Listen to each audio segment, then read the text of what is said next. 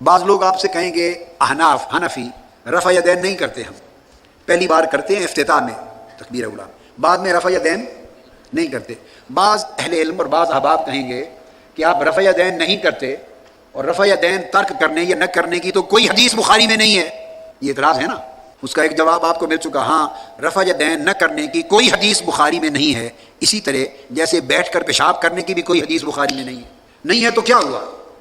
بھی کوئی قیامت آ گئی ہے؟ بخاری شریف میں صرف 2513 حدیثیں ہیں بس، انہوں نے ایک معیار مقرر فرمایا ہے امام بخاری نے، اور 97,500 حدیثیں جو انہیں خود صحیح یاد ہیں وہ نہیں ہیں بخاری شریف میں، تو باقی کتابوں سے دیکھ لیتے ہیں۔ اس کا مطلب یہ تو نہیں کہ باقی کتابیں غلط لکھی گئی ہیں، یہ نقطہ سمجھا رہا ہوں۔ امام شافعی اور امام اعظم ابو حنیفہ علیہ رحمہ فقہ میں اختلاف رکھتے تھے۔ امام شافعی رفع الیدین کے قائل تھے، امام اعظم حنیفہ کہتے تھے کہ رفع الیدین منسوخ ہو گیا ہے اور حضور علیہ السلام کا آخری عمر کا عمل ناسخ ہے پہلی عمر کے عمل کا، تو لہٰذا یہ درست نہیں ہے۔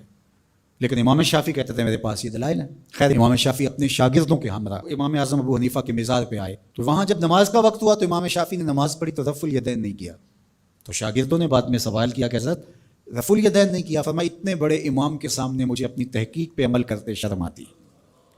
یہ ہمارے بزرگوں کا طریق تھا، یہ ان کے اندر توسع تھا، ان کا ظرف اتنا بڑا ہوتا تھا۔ ہم چھوٹے چھوٹے ظرف کے لوگ ہیں، بہت چھوٹے، پست قامت، لہٰذا ہمیں بس تفریق کی بدکاری کرنی ہے۔ ہم سمجھتے ہیں شاید اس سے ہم اپنے قد کو بڑھا سکیں، اس لیے کہ ہم خود بونے ہیں، تو جب خود بونے ہوں گے تو ہمیں کسی کے قد پر بات نہیں کرنی ہے۔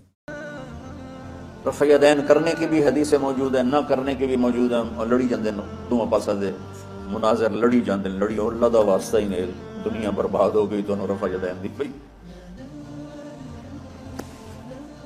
کرو افضل ہے، یہ افضل کی بات چلی، نہ کرو افضل ہے۔ ہم جو نہیں کرتے تو ہم کہتے ہیں کہ افضل ہے نہ کرنا، کرنا چاہو تو کر لو، کوئی مسئلہ نہیں، اور جو کہتے ہیں کرنا ہے وہ بھی کہتے ہیں افضل ہے کرنا، نہ کرو تو کیا امت برباد ہو رہی ہے؟ یہ چھوٹی چھوٹی باتوں پہ مناظر ہو رہے ہیں۔ میں نے ایک مناظرہ سنا تو مجھے بڑی تکلیف ہوئی ہے، اس پر سوشل میڈیا پر رفع یدین پہ ہو رہا تھا، ادھر دیوبندی تھے ادھر اہل حدیث سے، لڑی جاندے لڑی، اخیر مناظرہ ہوتا ہے ایک دونوں گالی کٹ کے اٹھی جاتے ہیں۔ یا امت برباد ہو رہی۔ یہ جو عبداللہ بن مسعود رضی اللہ تعالیٰ عنہ والی ترمذی کی حدیث ہے، بھائی نے محترم نے سوال پوچھا ہے کہ ترمذی میں عبداللہ بن مسعود سے روایت ہے کہ میں تمہیں ایسے نماز پڑھ کے نہ بتاؤں جیسے نبی نے پڑھی ہے، تو آپ نے صرف تکبیر تحریمہ والا رفع الیدین کیا، اس کے علاوہ رفع الیدین نہیں کیا۔ تو یہ حنفیہ کی دلیل ہے، اور عبداللہ بن مسعود ساری زندگی اسی طرح نماز پڑھتے بھی رہے ہیں، اور ان کے سارے شاگرد بھی اسی طرح پڑھتے رہے ہیں نماز، کہ صرف تکبیر تحریمہ میں کرتے تھے۔ تو یہ بھائی کہہ رہے ہیں کہ اہل حدیث حضرات اس حدیث کو ضعیف کہتے ہیں، تو اہل حدیث حضرات سے دلیل پوچھو کیوں ضعیف ہے۔ وہ حوالہ یہ دیتے ہیں کہ عبداللہ ابن مبارک نے اس حدیث کو ضعیف کہا ہے، تو خوب سمجھ لیں عبداللہ بن مبارک نے اس حدیث کو نہیں کہا، اس سے پہلے والی حدیث کو ضعیف کہا ہے، وہ بھی عبداللہ بن مسعود سے منقول ہے، تو وہ ان سے خلط مت ہو جاتا ہے بحث میں، جس پہلے والی کو ضعیف کہا ہے تو وہ یہاں فٹ کر دیتے ہیں اس کو۔ اس کی سب سے بڑی دلیل یہ ہے کہ خود امام ترمذی نے اس حدیث کو ایک نسخے میں حسن کہا، ایک میں حسن صحیح کہا، اور اہل حدیث حضرات تو ناصر الالبانی رحمہ اللہ کو بہت مانتے ہیں، ناصر الالبانی نے اس حدیث کو صحیح قرار دیا ہے، شاکر احمد ہیں ایک بہت بڑے محدث ہیں، عرب ہیں، بہت سے عربوں نے اس حدیث کو صحیح قرار دیا۔ تو یہ خام خواہ کی ایک زیادتی ہے اس کو پیچھے پڑ جانا ایک صحیح حدیث کو ضعیف قرار دینے کے۔ دوسری بات یہ کہ اگر آپ رفع الیدین والی تمام حدیثوں کو لیتے ہو تو دو سجدوں کے درمیان بھی رفع الیدین ثابت ہے نبی صلی اللہ علیہ وسلم سے۔ ہم کہتے ہیں جیسے وہ چھوڑ دیا، اور اس کو اب یہ لوگ اس کو بھی ضعیف کہہ دیتے ہیں، حالانکہ وہ بھی صحیح حدیث ہے، دو سجدوں کے درمیان رفع الیدین۔ اور جزء رفع الیدین البخاری میں، جیسے امام بخاری نے جزء رفع الیدین البخاری میں رکوع میں جاتے ہوئے رفع الیدین کا ذکر کیا نا، دو سجدوں کے درمیان والا بھی ذکر کیا ہے۔ تو جب بھی کوئی حوالہ دیا کرے نا وہ تو امام بخاری نے ذکر کیا، تو امام بخاری نے دو سجدوں کے درمیان بھی تو ذکر کیا ہے۔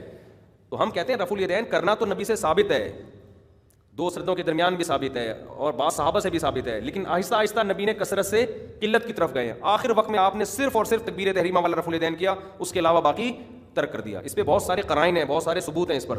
امام ترمذی جو امام بخاری کے شاگرد ہیں، جب وہ رفع الیدین کرنے کا تذکرہ کرتے ہیں تو کہتے ہیں وَبِهِ يَقُولُ بَعْضُ أَهْلِ الْعِلْمِ مِنْ أَصْحَابِ النَّبِيِّ، یہی بعض اہل علم صحابہ کا مذہب ہے۔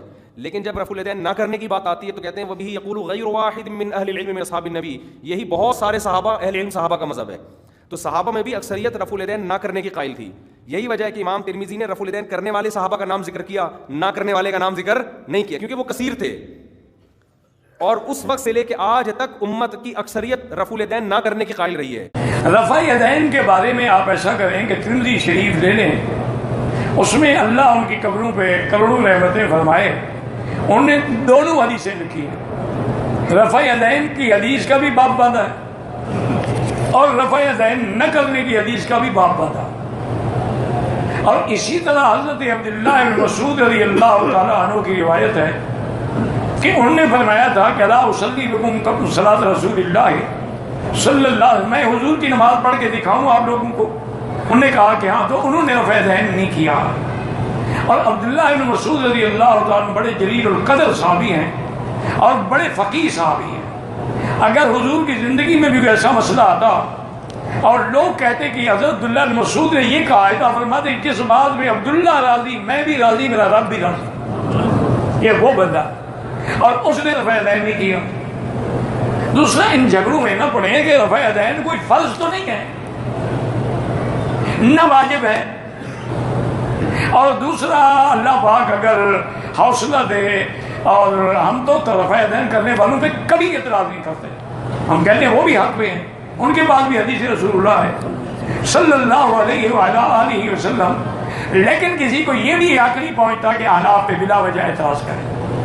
اور محدثین سے پوچھیں، ایک قاعدہ ہے محدثین کا کہ وہ جب اپنی کتاب میں باب باندھتے ہیں نا، تو ایک باب پہلے ہے ایک بعد میں ہے. تو جو بعد والا ہوتا ہے وہ ناسخ ہوتا ہے پہلے کا. تو جتنی بھی محدثین نے حدیثیں اپنے باب باندھے ہیں جن میں رفع یدین کا ذکر ہے وہ پہلے ہے، جن میں رفع یدین کا ذکر نہیں ہے وہ بعد میں ہے. کوئی ایک ہمیں محدثین کا باب دکھا دے کہ رفع یدین نہ کرنے والا پہلے اور کرنے والا بعد میں ہو. تو بہرحال یہ ایک علمی بحث ہے. اللہ ہدایت دے. اور جو کرتے ہیں ان پہ کبھی اعتراض نہ کرو، اور جو نہیں کرتے ہیں ان کو بھی برا رکھو. بخاری شریف میں حضور پاک کا ارشاد ہے کہ اس طرح نماز پڑھو جس طرح تم مجھ کو نماز پڑھتے دیکھتے ہو. سوال یہ کہ حضور نے کس طرح نماز پڑھی، جبکہ بخاری شریف میں حضور نے رفع یدین کی نماز پڑھی ہے. بخاری شریف میں حضور نے رفع یدین کی نماز پڑھی ہے. دیکھیے حضور نے مختلف طریقوں اختیار کیے مختلف اوقات میں. اب صحابہ کا طرز عمل یہ ہوتا تھا کہ مثلا ایک روایت آتی ہے کہ ایک صحابی حضور سے ملنے آئے، کوئی بدوی تھے، دیہات کے آدمی تھے. انہوں نے حضور کو دیکھا کہ آپ کا گریبان کھلا ہوا تھا، آپ نے بٹن لگائے ہوئے نہیں تھے. پھر انہوں نے ساری عمر اپنے گریبان کے بٹن نہیں لگائے کہ میں نے محمد کو اس طرح دیکھا ہے صلی اللہ علیہ وسلم. اب یہ ان کا جذبہ ہے، ان کی نیکی ہے، اتباع کا جذبہ ہے. یا ایک سفر میں کسی کو دیکھا، کسی نے دیکھا کہ حضور ایک درخت کے نیچے سے ہو کر گزرے، اب وہ جب بھی جاتے تھے وہ درخت اس کے نیچے سے ہو کر گزرتے تھے، چاہے اس کی کوئی مقصد نہیں، لیکن یہ بھی ایک اتباع کا جذبہ ہے. تو اس میں یہ ہے کہ نماز کی بعض چیزیں ایسی ہیں کہ جن میں معلوم ہوتا ہے کہ حضور کچھ اس میں رد و بدل کرتے رہے. کبھی اپنے ہاتھ بالکل کھلے چھوڑ کر بھی نماز پڑھی ہے، کبھی آپ نے ہاتھ نیچے باندھے ہیں، کبھی اوپر باندھے ہیں. اسی طریقے سے رفع یدین کبھی ایسا بھی ہوا ہے کہ آپ نے وہ کی ہے جیسے کہ اہل حدیث حضرات کرتے ہیں، اور جیسے کہ شیعہ کرتے ہیں وہ اس سے بھی زیادہ کرتے ہیں رفع یدین. اہل حدیث سے آگے ہیں، وہ بہت آگے ہیں رفع یدین کے اندر. اور ایک رائے یہ ہے کہ حضور نے آخری زمانے میں آ کر سارے رفع یدین چھوڑ دیے تھے سوائے یہی جو تکبیر تحریمہ کے وقت ہے. اب یہ روایات، اب یہ بحث ہو جائے گی علمی، کس روایت کا کیا مقام ہے، کس کی کیا حیثیت ہے. بخاری شریف میں جو روایت ہے وہ یہی ہے رفع یدین کی، جو آپ صحیح کہہ رہے ہیں. لیکن یہ کہ بخاری شریف واحد کتاب تو نہیں ہے حدیث کی، مصنف عبد الرزاق کی کتاب ہے. اور اسی طریقے سے اور اس میں یہ کہ امام مالک کے پیروکار، حالانکہ امام مالک مدینے کے دارالہجرہ کے امام ہیں، وہ رفع یدین نہیں کرتے. امام شافعی کے کرتے ہیں، امام مالک کے نہیں کرتے، امام ابو حنیفہ کے نہیں کرتے. تو ان چیزوں میں بہت زیادہ پریشان ہونے کی ضرورت نہیں ہے. رفع یدین کے بارے میں صحیح پوائنٹ آف ویو کیا ہے، قرآن و حدیث کی روشنی میں بتائیں. مختلف فرقوں نے مختلف ویوز بتائے ہیں، آپ اس کو درست طور پر کلیئر کریں. نبی صلی اللہ علیہ وسلم نے نماز میں رفع یدین کیا ہے. یہ ہر مسلمان جب نماز شروع کرتا ہے رفع یدین کر کے ہی کرتا ہے، اس میں کوئی اختلاف نہیں ہے. سوال صرف یہ ہے کہ باقی موقعوں پر بھی کیا ہے، معلوم ہوتا ہے کبھی کبھی کیا ہے. تو اس وجہ سے آپ اتنی بات اگر مان لیں تو لڑنے کی کیا بات ہے. یعنی ایک تو فرض ہے، اس کے بغیر نماز ہوتی نہیں شروع کرتے وقت، اس میں کسی کوئی اختلاف بھی نہیں. رکوع میں جاتے ہوئے، سجدے میں جاتے ہوئے، اٹھتے ہوئے، روایتوں سے معلوم ہوتا ہے کہ حضور نے کبھی کبھی اس موقع پر بھی رفع یدین کی. ٹھیک، اتنی بات ختم ہو گئی. آپ بھی کبھی کبھی کر لیں گے تو آخر کیا قیامت آ جائے گی.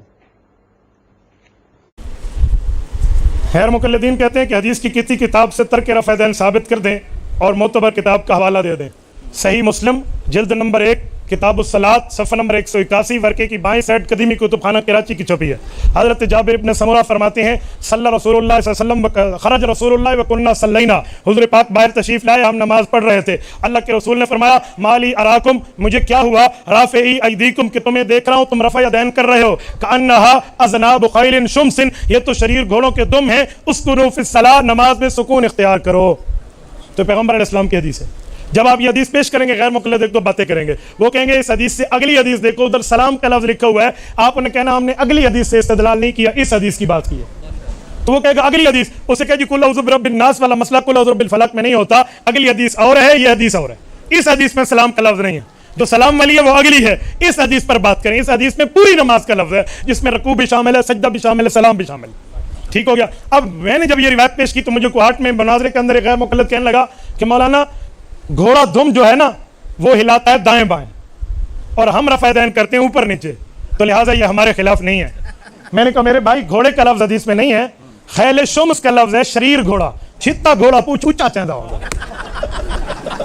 خیل شمس شریر گھوڑا, تو شریر گھوڑا دم اوپر اٹھاتا ہے, لہذا بات پوری فرما لیں. کتاب بھی آ گئی اور معتبر کتاب بھی آ گئی. مگر یہ لوگ ظلم کرتے ہیں, بہت ظلم کرتے ہیں, ان کے اپنے علماء بھی انہیں روکتے رہتے ہیں کہ اللہ کا خوف کرو, یہ رفع یدین جو ہے نا چل رہا امت میں, اس کے بارے میں یہ حدیث نہیں, تم کیوں ظلم کرتے ہو. اس دور میں بہت بڑے حنفی عالم ہیں دیوبندی حضرات میں سے, وہ جسٹس بھی رہے ہیں, جسٹس تقی عثمانی, انہوں نے آپ اپنے جو عملی ترمذی کی شرح نوٹ کروائی, اس میں خود کہا کہ حیا کرو, اللہ سے ڈر جاؤ.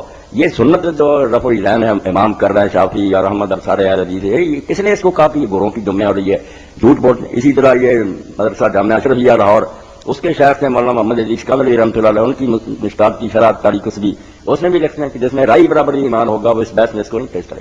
حضور اپنی سنت کو میرے بھائی گوروں کی دمیں کہہ سکتے تھے, اگر روکنا بھی ہوتا تو کہتے میں نے بھائی بتایا تھا, اب اس کو چھوڑ دو, اچھا انداز تھا. کتنی چیزیں ایسی آپ نے کہا تھا قبریں نہ دیکھا کرو, بعد میں کہا میں نے منع کیا تھا, اجازت دیتا.